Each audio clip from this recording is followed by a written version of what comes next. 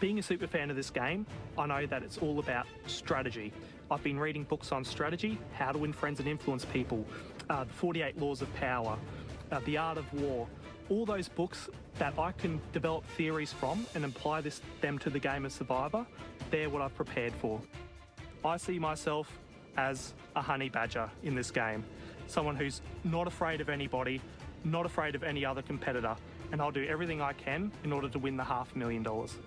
I see my game being very similar to Tony Vlachos, the winner of Season 28 Cagayan. Tony played a very strategic game. He was willing to adapt to alliances, betray trust, and had a great ability to read people. And I see myself and the characteristics that I have very similar to Tony, and I want to emulate his game out here. Once I find out that somebody is plotting against me in this game, I'll use everything in my control in order to put the situation against them. As soon as I find out that you're coming for me, you better watch out, because I'm coming straight back for you. There is absolutely nothing that I won't do in this game in order to win $500,000. I think I chose Survivor to be that role model, to be a role model to Indigenous kids, to kids in general. Just too often they don't take their chance. They're scared of the outcome of having a go at something, and that's certainly what I've done here. I mean, I'm scared of the dark. I'm scared of frogs. I can't fish. Probably won't survive the first night, but I'm having a crack. I've done some mental preparation to the best of my knowledge or best of my ability. Pretty much that was watching YouTube clips, and physically, just done a bit of training and stuff at the gym. I think I want to leave the game, I want to be remembered and leave the game with my morals and integrity intact. And if that means I win the game, good.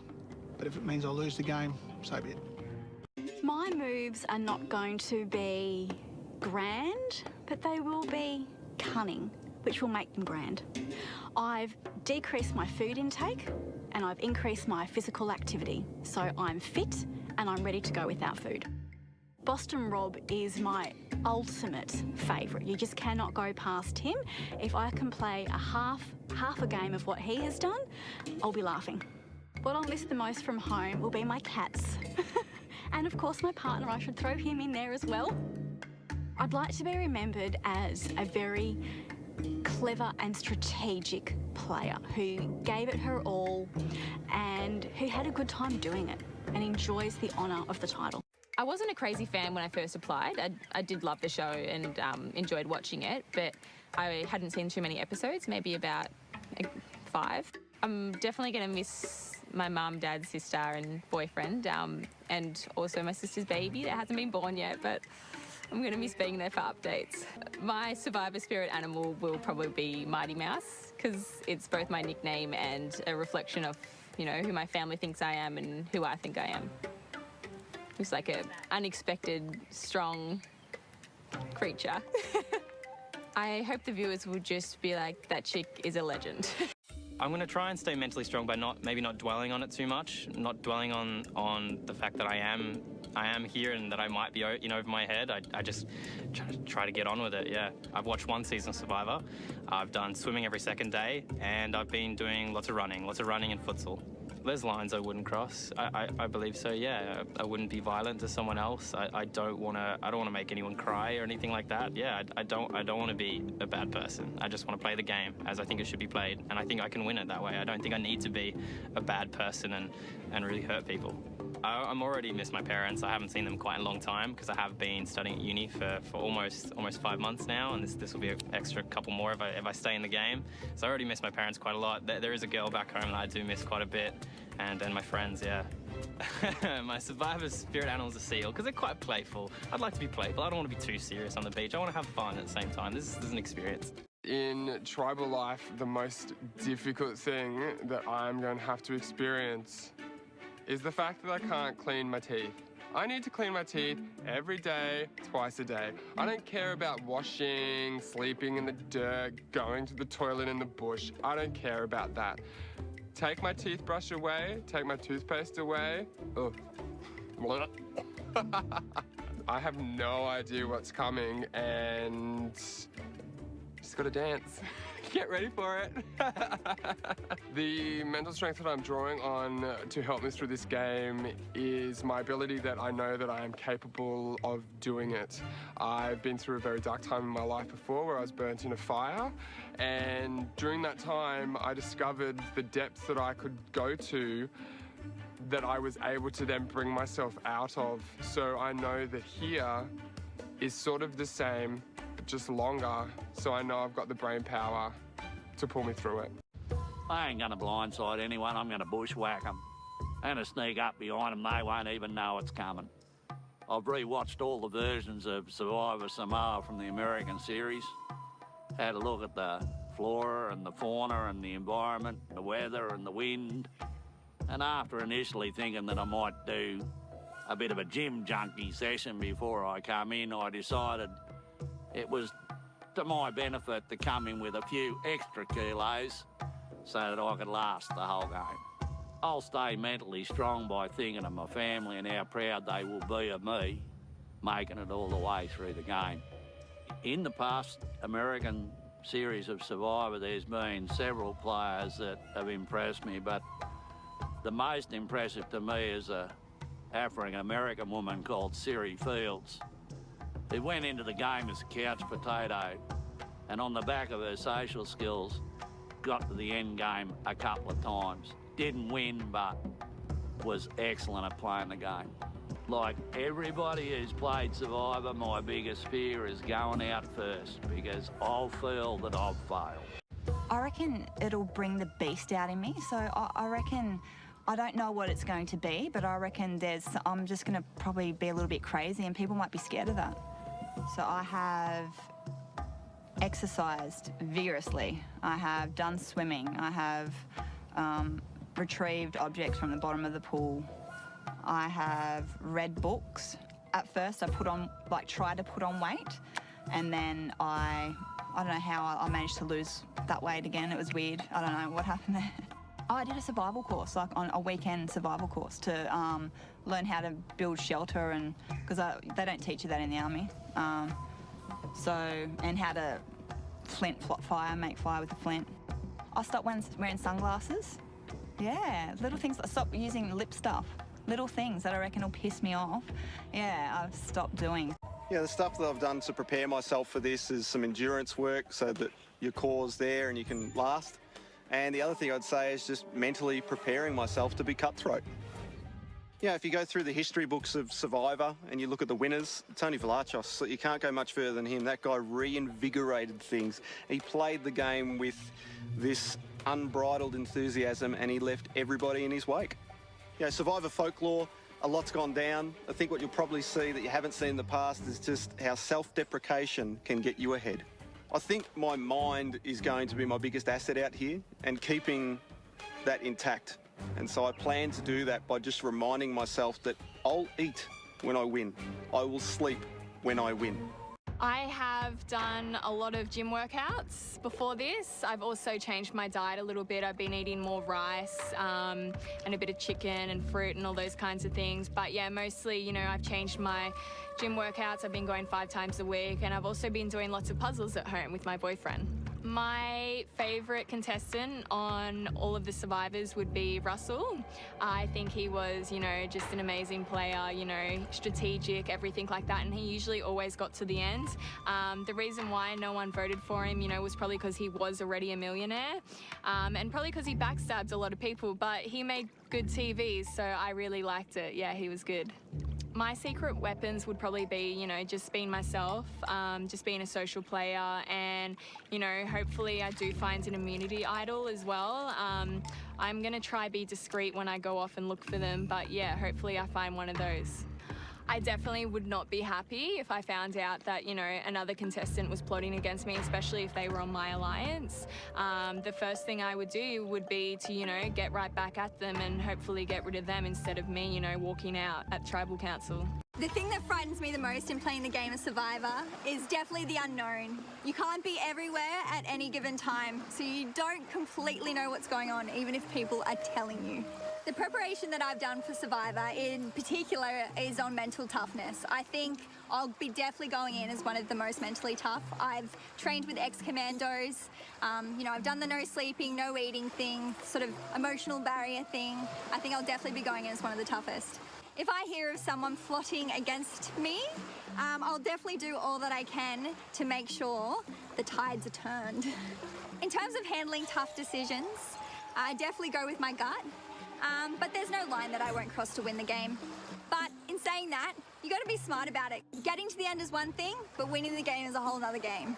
You got to impress the jury. I think at the end of the game, viewers are definitely going to turn around and say that I use sort of the positives to my advantage. My nice and friendly background, my smile, and then sort of being able to use that and manipulate people. I think that's one of the smartest things you can do in the game.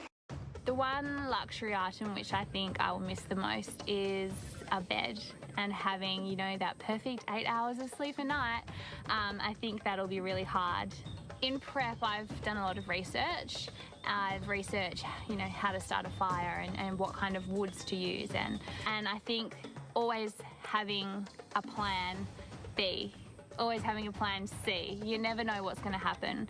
I think I've got a lot of things up my sleeve and that people will be really shocked when I do decide and if I do decide to pull them out, but you'll have to see how that pans out. The past player who my game is most going to be like will be Natalie because she was super savvy and, you know, no bullshit, and she was really smart in the fact that she was always near the centre of attention and knew what was going on, but she was never the person in the middle. She was never the one with the target on her back, and ultimately that's why I think she won. Physical, I've maintained my fitness since the Ironman, except that's all cardio, so I've incorporated weights and I now lift heavy things to make sure I can help around camp. I tend to stay mentally strong through yoga, meditation and exercise I do. I won't be doing a lot of exercise on the islands because obviously we're conserving energy, but I still hope I get the chance to yoga and meditate and make sure that mentally I'm good to go. When I was 19, I was involved in a really serious boating accident. The boat hit a pylon and I went through the windscreen. Lucky for me, I fell back into the boat and not into the water, otherwise I wouldn't be here today. I'll miss all the luxuries and the freedom to do what you want, when you want. I'm very much a free spirit in that sense. I can always just do my own thing, be happy in my own company. But this is like a share house arrangement without the house. So it's going to be interesting to see how everyone deals with it. I think my survivor animal, as strange as it may sound, would probably be a dolphin because they're gorgeous, they're playful, they're fun. But when it comes to it, they can stick together as a team and ward off the sharks. This sounds so bad, but like, I'm not really gonna miss anything, like no item or anything like that. Like, I'll miss spending times with the gals. The physical preparation I've done is I've been going to the gym every day, been picking up yoga, I've attempted spearfishing unsuccessfully, and also normal fishing, which was fun. I haven't washed my hair in 6 weeks, and the truth is that not washing it for 6 weeks works. It's clean. It's so clean under here. When somebody's going gun-ho for you, you need to remember that that's a reflection on them. They have a problem with themselves, and that's why they're attacking you for it. It's pretty scary to think that there are people who are going to be saying stuff about me that is not an accurate reflection, but I'm going to find those people and make sure that everybody knows that they're talking smack. I want people to think that she went for it. She did absolutely everything she could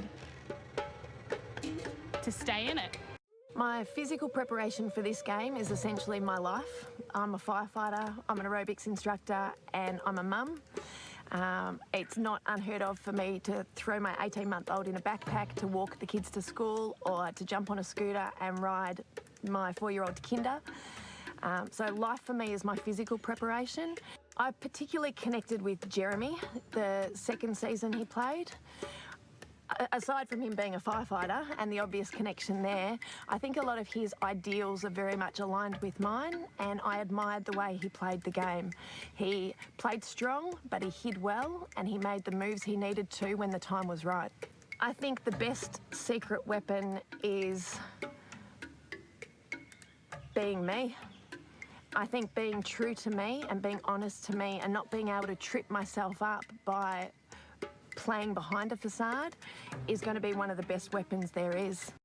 My physical preparation is that I'm physically active anyway, so all I had to do was ramp up a few extra sessions a week, and included a few different things like yoga and learn how to meditate and a few things like that. So it got me out of my comfort zone.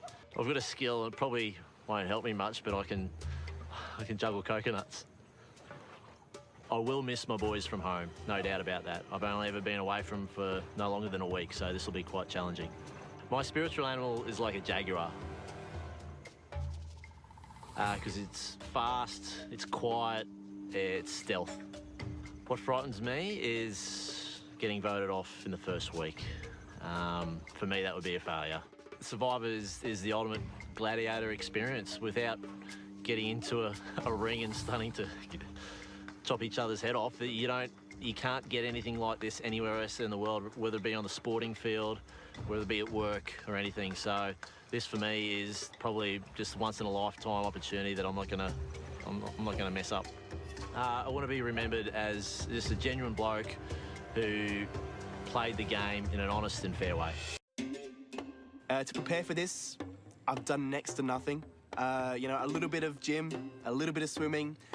I changed my diet a little bit, but I just want to go into this game as I am. Rupert is the Survivor contestant that I love more than any other, especially the first season he was on. He's just this big, lovable hunk of man. And I can't do the same things he can do. I can't fish anywhere near as well as he can fish. I'm not as strong as he is, but there are so many characteristics he has that I want to play this game with. So I'm going into this game with a secret weapon that no one else will know about on the island, and that's that I'm a magician and a mentalist. So a mentalist is someone who has this ability to read someone's body language and their facial expressions, and hopefully use that to my advantage and their disadvantage. If someone plots against me, the best thing for me to do is to plot back against them, and just do it better. And that's my aim. If someone comes up against me, that's the time where I have to make my move and come up against them. I want people to think that I play this game well, and to play this game as any true survivor would play. Even if I lose, I want to be playing this game as a survivor. I didn't need to do much preparation in terms of understanding the game. I've got that on lock because I'm a super fan. What I needed to do was lots of physical preparation. So I've been going to the gym twice a day. I have been setting up challenges in my backyard with my dad. I also went to a hypnotist for my fear of rats and mice because I scream like a little girl whenever I see them, and I don't want to do that on national TV. One of the secret weapons that I want to bring up my sleeve is I would like to make hidden immunity idols, fake ones. I want to parlay those as much as possible. I want to be the person who's holding the stick with the carrot on the end and making someone else run for that, that $500,000 while I'm just chasing it nice and comfortably at my own pace. I plan to stay mentally strong by reminding myself that for 15.5 years, you have told yourself, this is what I would do if I was out there, and now I'm here.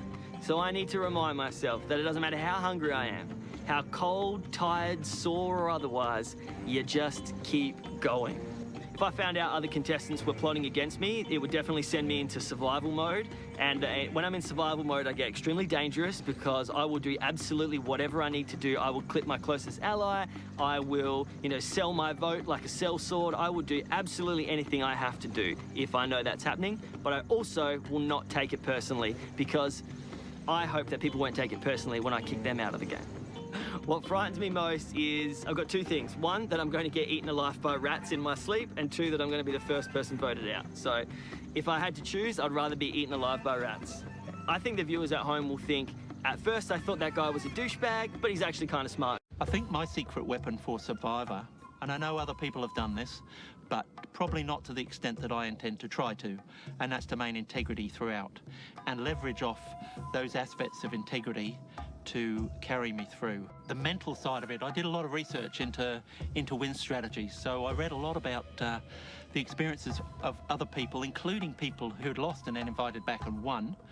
And I put all of these together. They gave me the statistical relationships of probabilities of what sort of people win, what sort of people don't. And then what I did was, and this is part of my career, is cutting things into risk, cutting things into strategy, operations, and tactical. So that's my plan for the game. Nothing frightens me about playing this game. I'm not frightened of losing. I'm not frightened of winning. I'm not frightened of making tough decisions. I'm not frightened of any of the physical expectations. There's nothing in this game that frightens me. It's hard to anticipate what you're going to do in the game before it even starts, because you've got to take each day as it comes. But I think I'm a really unique personality, and I think I'm going to play a big, bold game. I'll be inspired by other things that I've seen, so I'll be inspired by big moves, and, you know, I will look for idols. I will, you know, save someone if I need to save someone to keep my numbers. I'm playing the game to win, and I'll do what it takes to win at all costs. In order to stay mentally strong, I'm just gonna try and keep calm, and, you know, when I'm having moments where I feel like, you know, things are getting the better of me, I'm just gonna try and take myself aside and, you know, just kind of coach myself a little and get myself back into focus. I don't ever want to let temporary situations or circumstances affect my end goal or my focus to win the game. In a way, I've been preparing for this my whole life. Like, you know, you are who you are, so your personality is going to come out.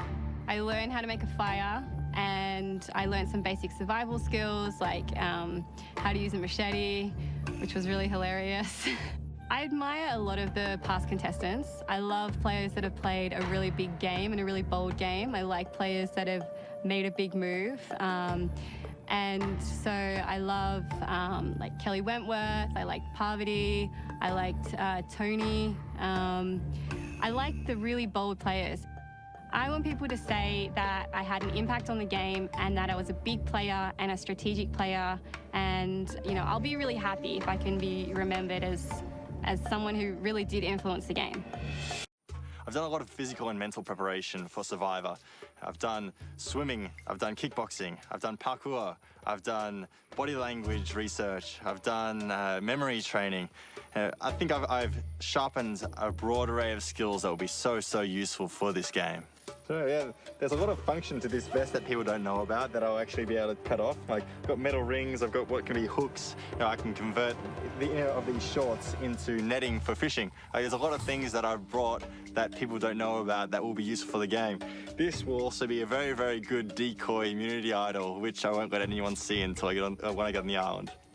Physical and mental preparation leading on to Survivor has been as best as it could be. You know, I was fortunate enough the week prior to coming over to Samoa to have attended a wellness retreat where I learned all things mindfulness. It was brand new for me.